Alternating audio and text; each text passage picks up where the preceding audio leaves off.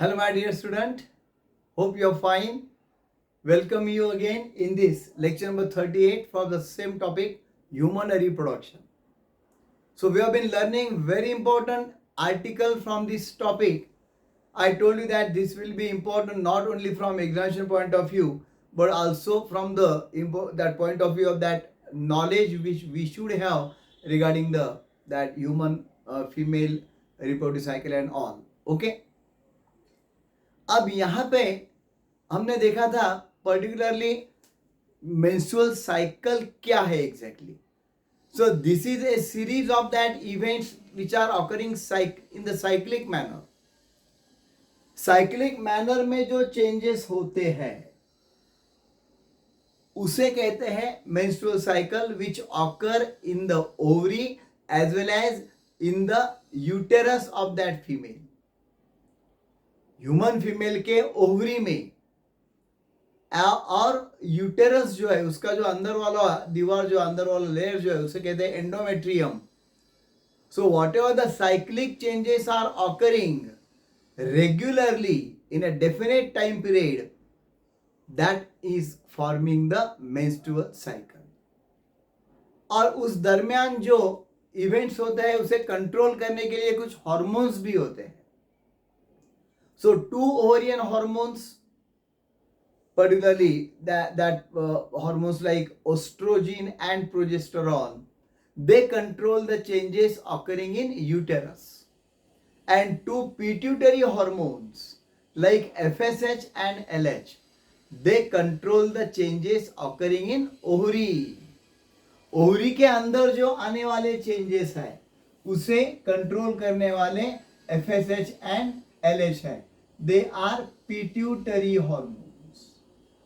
Okay. और वो control किसको करते हैं? They are controlling the cyclic changes inside the ovary. और ये दो जो है oestrogen and progesterone, they are ovarian hormones.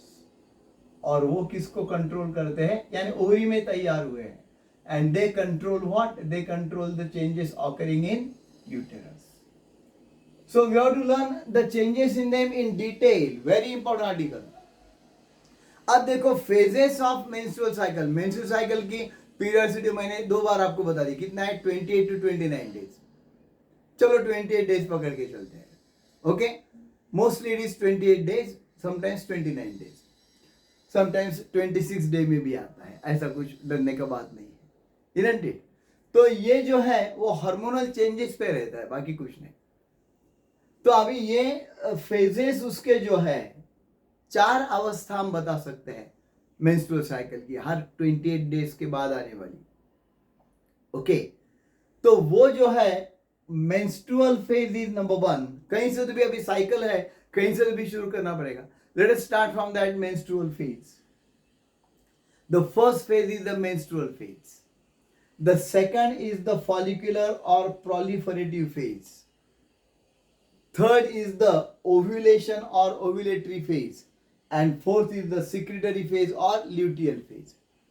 अब देखो menstrual phase जो है वो 3 से 5 डे तक हो सकती है. This is also called as bleeding phase, क्योंकि इस दरमियान vaginal orifice से bleeding शुरू हो जाता है और that lasts for 3 to 5 days. That is also called as the destruction phase. उसे destruction phase भी कहते हैं. Okay? So the day on which the bleeding is started from that menstrual cycle will be considered as the first day.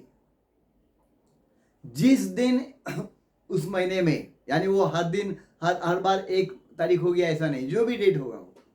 So whatever the date is there, the day on which the bleeding is started there from the vaginal orifice in that girl, in that female, in that woman, then that will be called as the beginning of the menstrual cycle. That is the first day it should be counted. Then this may last for 3 to 5 days. उसके बाद जो second phase है, तो इस menstrual phase को हमने क्या बताया? अल्टरनेटिव नेम ब्लीडिंग फेज और डिस्ट्रक्शन फेज. सेकंड फेज जो आता है उसे कहते हैं फॉलिकुलर फेज. और प्रोलिफरेटिव फेज, और उसे और भी नाम दिए हैं, इसे बता है pre ovulatory phase, pre ovulatory phase, और भी एक नाम दिया है पोस्ट मेंस्ट्रुअल फेज। प्री और पोस्ट का मतलब हम जानते हैं, सो ये चारों भी नाम हम इजीली ध्यान में रखेंगे क्योंकि ये एमसीक्यू के हिसाब से बहुत इंपॉर्टेंट है। So all the alternative names what I have given here, that is for the sake of what, for the sake of MCQs of NEET examination. तो उसे प्लीज इग्नोर मत करो, मैं लिख के भी देता हूं यहां पे।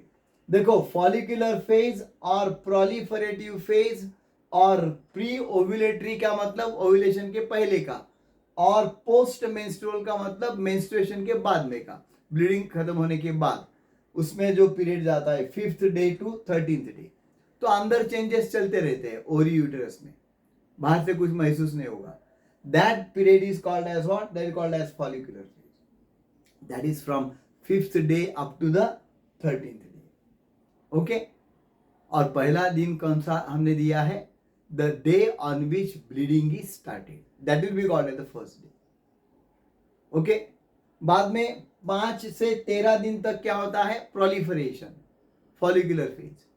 अब तीसरा फेज जो आने वाला है वो है ovulation phase, and that is very important, that is very very important. Ovulation phase जो है वो एक दिन का है, 14th डे का।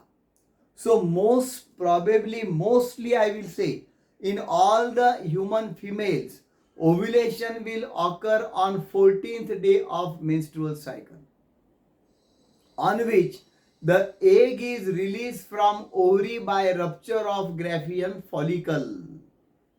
हमने जो लिया था ग्राफियन फॉलिकल, हमने जो देखा था हिस्टोलॉजी ऑफ ओवरी में, तो वो ग्राफियन फॉलिकल रप्चर हो जाता है और वहां से जो एग रिलीज हो जाता है, that process is known as ovulation.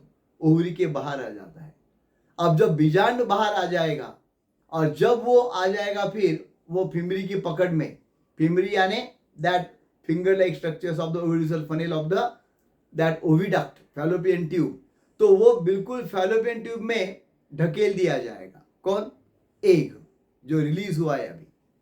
And then by chance if that female has undergone sexual intercourse process, coitus process with the male, and if the sperms are released there in the vaginal tract, then that sperms will enter from cervix to the uterus, uterus to the oviduct, and even the first come first base पे जो पहला sperm आके egg को मिलेगा in the site, what is that site, most ideal ampulla of that oviduct, तो fertilisation की प्रक्रिया हो जाएगी।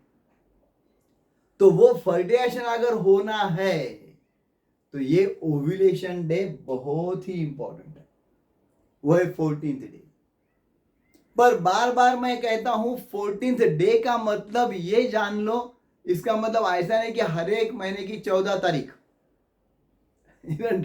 वैसा नहीं है। The day on which the bleeding is started will be called as first day, वो कौन सी भी डेट को हो सकता है, और उसके बाद में गिनते जाओ जो 14th डे आएगा, that will be the ovulation day. तो जिसको प्रेगनेंसी चाहिए ऐसे फीमेल को ये ध्यान रखना जरूरी है। Okay, if she want to become pregnant, this day will be very important for the coitus process. Okay, then another is there, the remaining part there, last phase is there called the secretory phase, that is from 15th day of that cycle up to the 20th day, that is also called the luteal phase।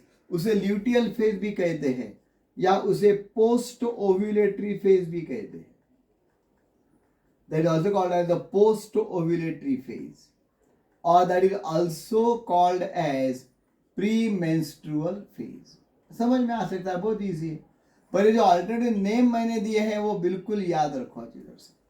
Luteal phase, और that is also called as the post ovulatory phase, secretory phase और pre menstrual phase.